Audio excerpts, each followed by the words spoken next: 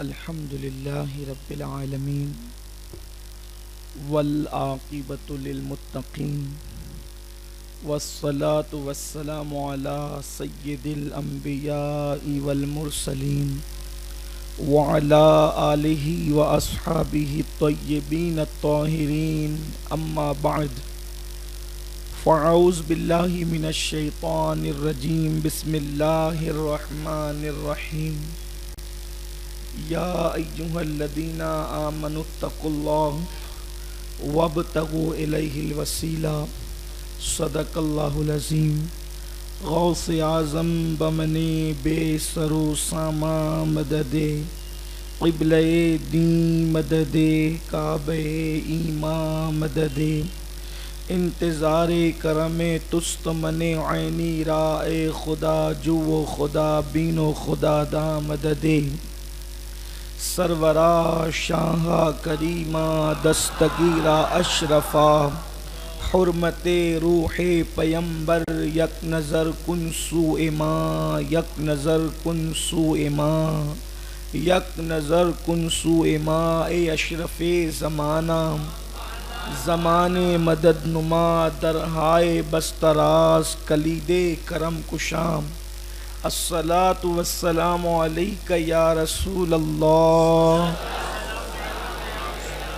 الصلاة والسلام علیکہ یا نبی اللہ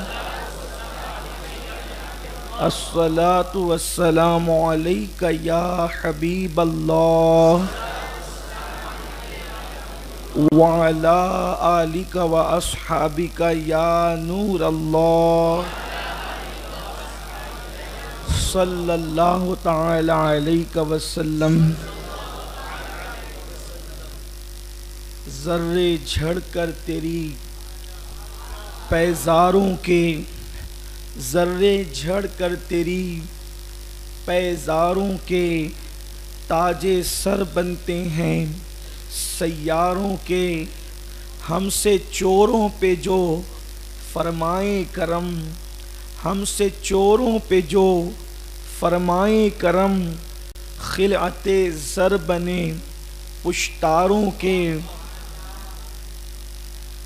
صدق و عدل و کرم و ہمت میں چار سو شہرے ہیں ان چاروں کے بحر تسلیم علی میدان میں بحر تسلیم علی میدان میں سر جھکے رہتے ہیں تلواروں کے سر جھکے رہتے ہیں تلواروں کے اور تن من دھن تیرے قدم پر وارے کیا نصیبیں ہیں تیرے یاروں کے اور کیسے آقاؤں کا بندہ ہوں رضا کیسے آقاؤں کا بندہ ہوں رضا بول بالے میری سرکاروں کے آج کی یہ محفل قدوۃ الکبریٰ قدوۃ الاولیاء تارک السلطنت میر